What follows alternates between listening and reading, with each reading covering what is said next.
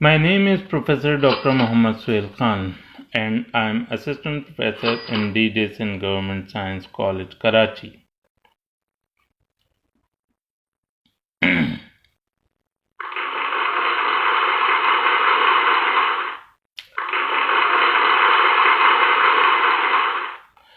आज हम यहाँ पर बायोलॉजिकल मॉलिक्यूल के 5 हिस्से पर डिस्कस करेंगे और इससे पहले हमने 4 हिस्सों में इसके बायोलॉजिकल मॉलिक्यूल चैप्टर 2 के डिफरेंट पोर्शंस को कवर किया था।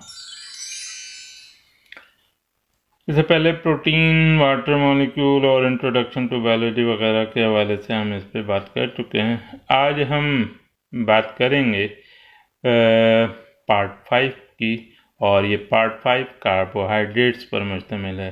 कार्बोहाइड्रेट को अगर हम कैटेगराइज करें, ये इसको स्टडी करें, तो उसके लिए हम इसको 3 हिस्सों में डिवाइड कर देते हैं। एक इंट्रोडक्शन, क्लासिफिकेशन और फंक्शन।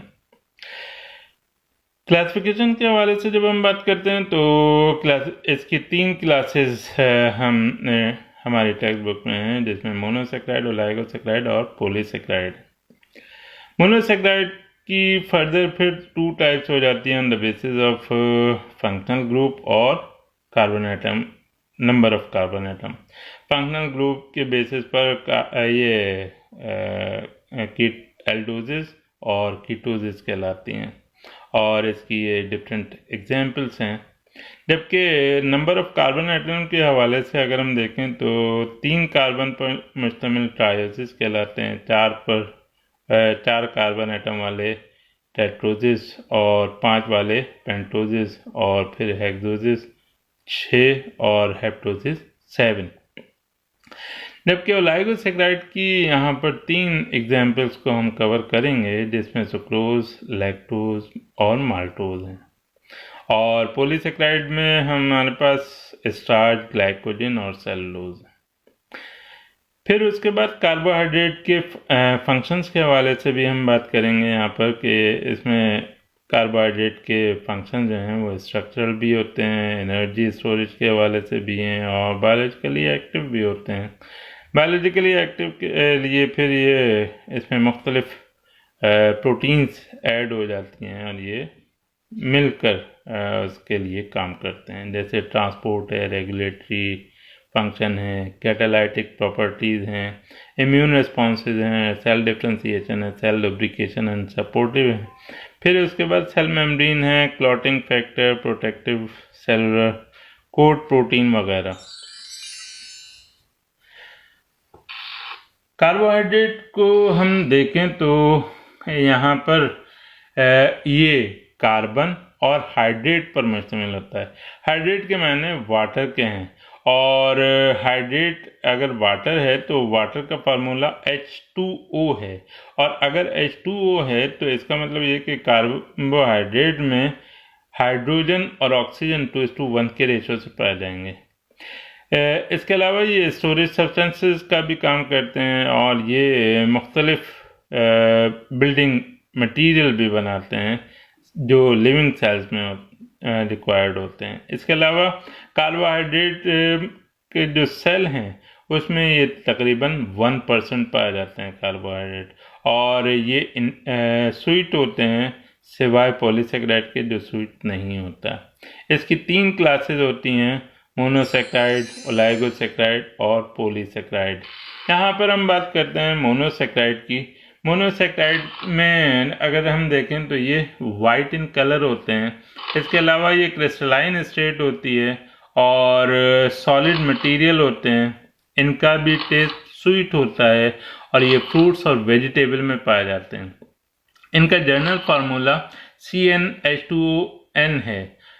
इसके अलावा अगर हम इसको मुख्तलिफ तरीके से लिख सकते हैं, जिसमें ये Cn और H2 मल्टीप्लाई बाय N और ON, तो बात वही रहती है कि CnH2O अंडर ब्रैकेट n कर लें या इसको H2O को भी इसमें ऐड कर लें। यहाँ पर क्योंकि ये मोनोसेक्राइड्स होते हैं लिहाजा ये फर्दर हाइड्रोलाइज नहीं हो सकते, उसकी ब्रेकडाउन नहीं हो सकती। इसके अलावा ये पानी में सॉल्युबल होते हैं या पानी में डिज़ोल्व होने की सलाहियत रखते हैं और most of them are combined state, ये कंबाइंड स्टेट में पाए जाते हैं जैसे सुक्रोज वगैरह। इसके अलावा ये ग्लूकोज, इसकी जो एग्जांपल्स हैं ग्लूकोज, गैलेक्टोज, फ्रक्टोज, राइबोज और एटसेट्रा।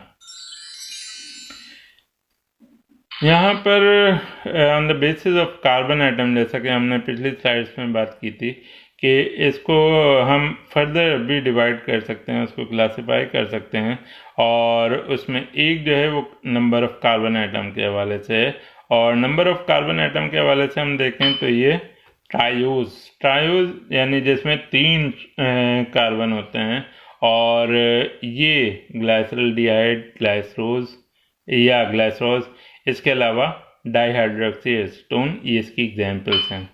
टेट्रोज जिसमें 4 कार्बन पाए जाते हैं और इसमें एरिथ्रोज और एरिथ्रोलोज इसकी एग्जांपल्स हैं।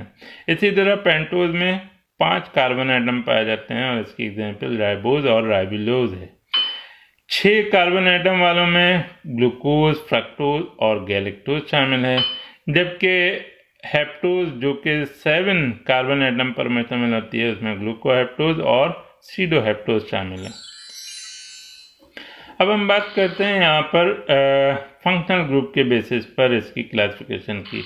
यहाँ पर देखें तो ये एल्डोजिस के हवाले से हम देखते हैं और एल्डोजिस का मतलब ये है कि इसमें कार्बन, हाइड्रोजन और ऑक्सीजन मौजूद होती है, लेकिन इसका इसकी एक बाइंडिंग साइड जो है वहाँ पर इसमें अल्काइल ग्रुप मौजूद होता है। इसमें पहला जो है वो ट्रायोज हैं, बेसिकली ये ट्रायोज हैं और ये ग्लाइसरल्डिहाइड या ग्लाइसरोज भी जो हैं वो एल्डोजिस में शामिल हैं। इसी तरह टेट्रोजिस में एरिथ्रोज शामिल हैं, जबकि पेंटोज में राइबोज शामिल हैं। हेक्सोज की एग्जांपल ग्लूकोज और गैलेक्टोज है और हेप्टोज की ग्लूकोहेप्टोज है। इसकी जो दूसरा ग्रुप है वो कहलाता है कीटोसिस और कीटोसिस में अगर हम देखें तो यहाँ पर जैसे इस जगह पर हमने एल्डोजिस में बात की थी तो ये CHO है जबकि यहाँ पर CO है और इसका मतलब ये कि इसमें एक हाइड्रोजन मौजूद नहीं होता बल्कि इसके दोनों सिरों पर ये अल्काइल ग्रुप मौजूद होते हैं। इसमें हम देखते हैं कि ट्रायोज की एग्जांपल जो है डाइहाइड्रोक्सी एसीटोन, बेसिकली इसमें यही कीटोन मौजूद होते हैं और इसके अलावा टेट्रोजिस में भी जिसकी एग्जांपल एरिथ्रोलोज है ये भी कीटोन पर मुश्तमिल होती है। पेंटोज में भी यहाँ पर ये कीटोन मौजूद है जो कि राइबोलोज कहलाता है और फ्रक्टोज में भी कीटोन ग्रुप मौजूद होता है और ये फ्रक्टोज। कुछ मोनोसेक्राइड जो हमारी बुक में अलग से थोड़ी सी उनकी डिटेल है, यहाँ पर हम उसके हवाले से भी बात करेंगे कि ग्लूकोज, फ्रक्टोज और गैलेक्टोज मोस्टली पाए जाते हैं और इसकी इम्पोर्टेंस इस वजह से भी है कि ये राइप फ्रूट में भी पाए जाते हैं, स्वीट कॉर्न में भी पाए जाते हैं, हनी में, स्टार्च में, शुगर केन वगैरह में जो कि फ्रक्टोज के साथ एसोसिएटेड है। इसके अलावा फ्रक्टोज जो हैं वो नेचुरली हर जगह ही पाए जाते हैं और मोस्ट ये जो फ्रूट्स हैं उसमें पाए जाते हैं, इस वजह से हम इनको फ्रूट शुगर भी कहते हैं। जबकि गैलेक्टोज जो हैं वो बेसिकली कंबाइंड फॉर्म में पाए जाते हैं और ये कंबाइंड फॉर्म में लैक्टोज में शामिल होते हैं। लैक्टोज बेसिकली डाइसैक्राइड है और इस लैक्टोज में एक मोनोमर या एक जो पोर्शन है वो एक मॉलिक्यूल जो है वो गैलेक्टोज का भी शामिल होता है। ओलाइगोसेक्राइड, ओलाइगो मीन्स फ्यू, यहाँ पर अगर हम देखें तो ओलाइगो के माने फ्यू हैं और सैक्रम शुगर को कहते हैं। इसमें 2 से 10 मोनोसेक्राइड्स होते हैं। 2 से 10 मोनोसेक्राइड्स पर मुश्तमिल जो मॉलिक्यूल या पॉलीमर होता है उसको हम ओलाइगोसेक्राइड कहते हैं। कुछ ऐसे भी होते हैं कि जिसमें 3 से 10 ओलाइगोसेक्राइड होते हैं और ये डेक्स्ट्रिन कहलाते हैं।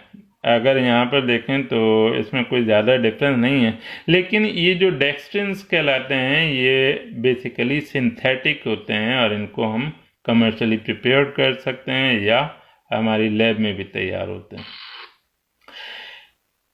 जो डाइसेक्राइड्स हैं, ओलाइगोसेक्राइड की एक टाइप जो है वो डाइसेक्राइड है और ये सबसे ज़्यादा कॉमन है और हर जगह पाए जाते हैं। अगर 2 शुगर मॉलिक्यूल्स को हम कंबाइन करते हैं तो उसके लिए जो प्रोसेस यूज़ होता है उसको हम कंडेंसेशन कहते हैं। और अगर हम उन डाइसेक्राइड को या ओलाइगोसेक्राइड्स को हम ब्रेक डाउन करते हैं मोनोमर्स में तो फिर ये हाइड्रोलिसिस या हाइड्रेशन कहलाते हैं।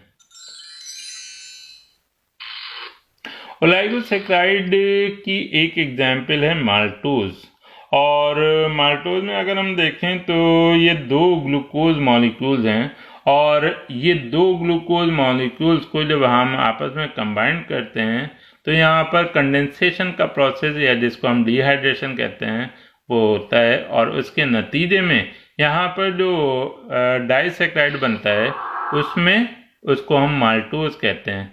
और ये जो माल्टोज बनता है इसमें ये ग्लाइकोसाइडिक बॉन्डिंग होती है। और इस ग्लाइकोसाइडिक बॉन्डिंग के नतीजे में वाटर यहाँ से रिमूव हो जाता है। ये जो माल्टोज हैं इनको माल्ट शुगर भी कहा जाता है और ये पूरी दुनिया में हर जगह पाए जाते हैं। और स्प्राउटिंग बार्ले माल्ट ऑफ जौ के तौर पर भी पाए जाते हैं। ये एक्सट्रैक्ट किए जाते हैं।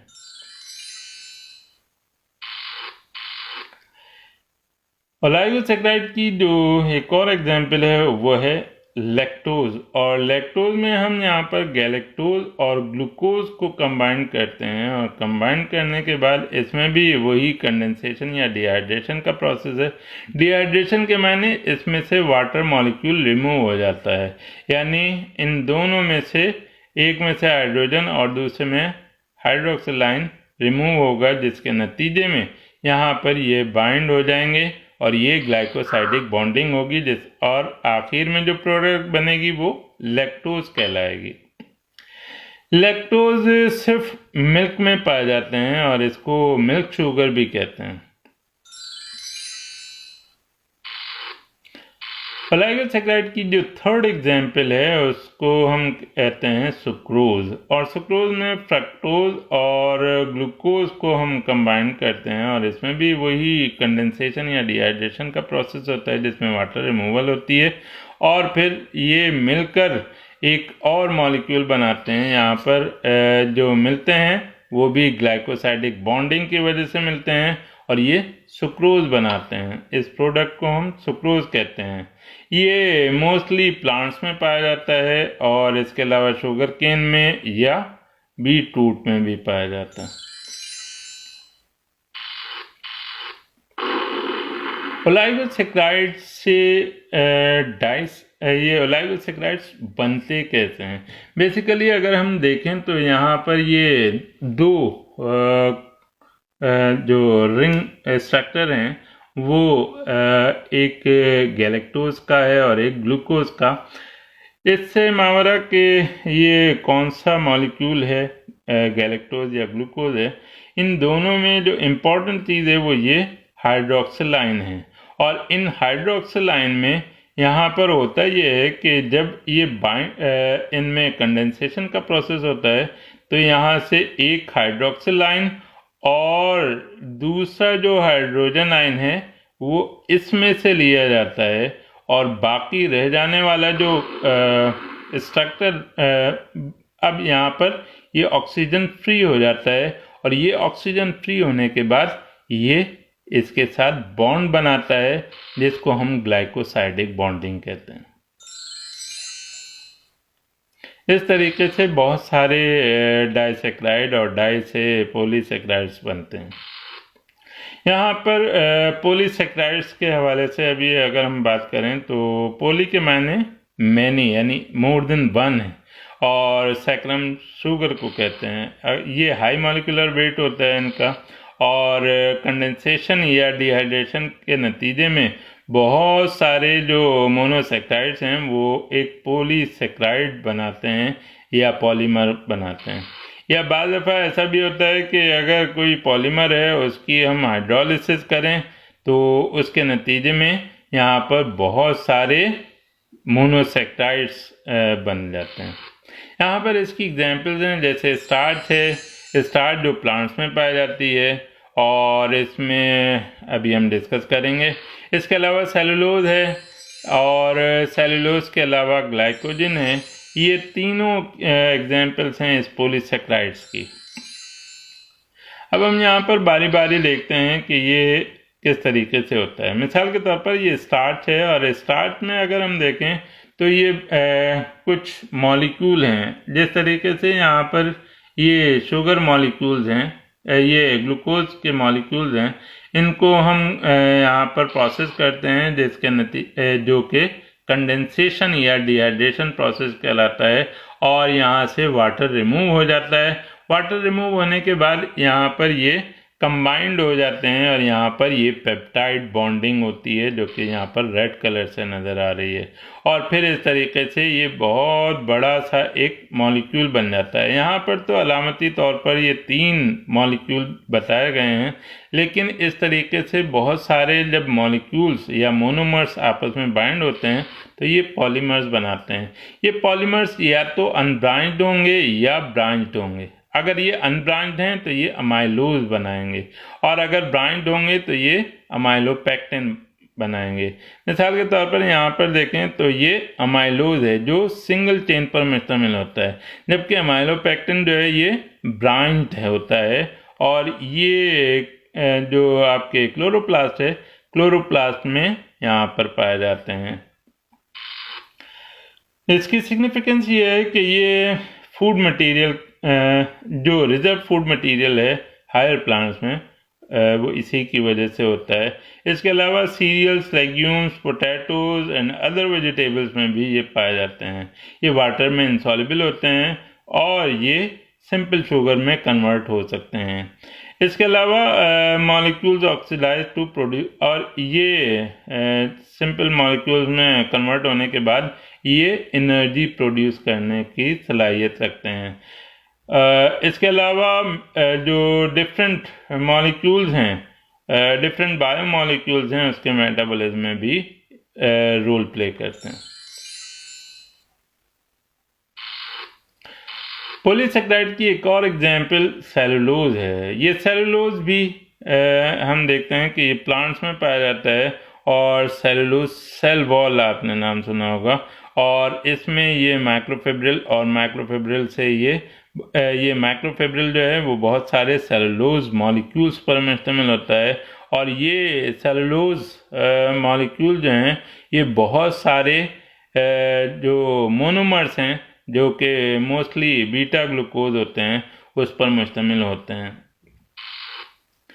यानी ये प्लांट से ही प्लांट में बनता है, और इसकी प्रिपरेशन कंडेंसेशन या डिहाइड्रेशन के ज़रिए होती है।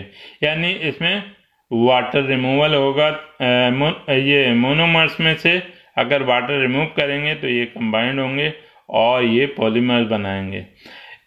इसी तरह जो इसकी जो टाइप है वो ग्लूकोज पॉलीमर कहलाता है ये। इसके अलावा इसको हम जो पहचानते हैं इसमें ब्रांचिंग नहीं होती बल्कि ये स्ट्रेट चेन होती है, और ये क्योंकि प्लांट सेल वॉल में पाया जाता है लिहाजा एबंडेंटली इन नेचर होता है।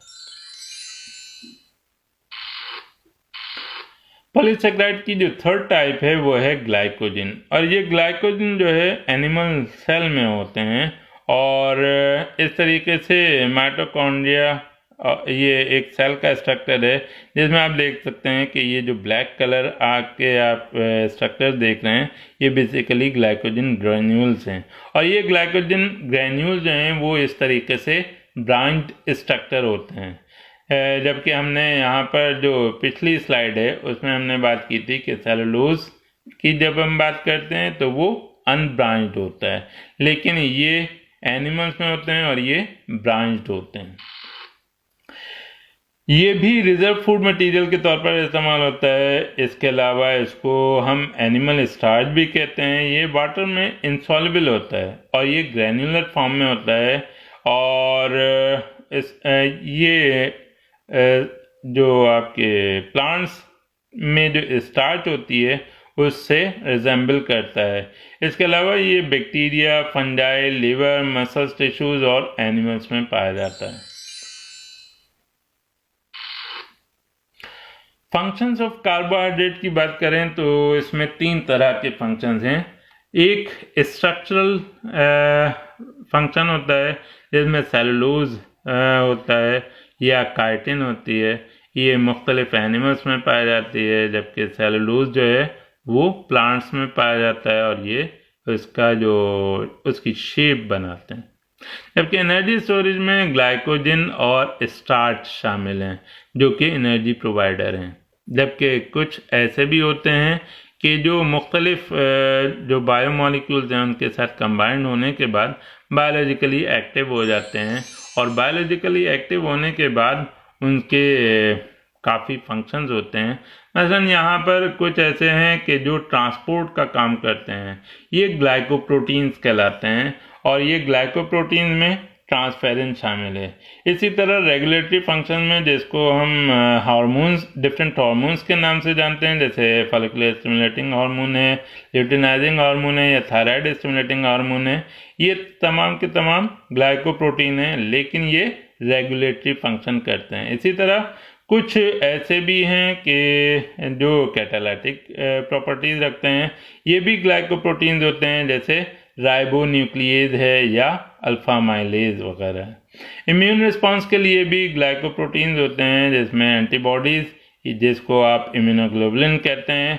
इसके अलावा इंटरफेरॉन्स हैं या आरएच फैक्टर की जो एंटीबॉडीज हैं वो भी इसी तरीके से बनती हैं। सेल लुब्रिकेशन के हवाले से जब हम देखते हैं तो सेल लुब्रिकेशन एंड सपोर्ट के हवाले से तो सियालो ग्लाइकोल प्रोटीन्स वगैरह जो हैं ये लुब्रिकेशन या सपोर्ट का काम करती हैं सेल के अंदर। इसी तरह सेल डिफ्रेंशिएशन की अगर हम बात करें जो कि बहुत ही इम्पॉर्टेंट है, जिसमें आपके एबीओ ब्लड ग्रुपिंग की जो एंटीबॉडीज़ हैं वो तमाम की तमाम इसी ग्लाइकोप्रोटीन से बनती हैं।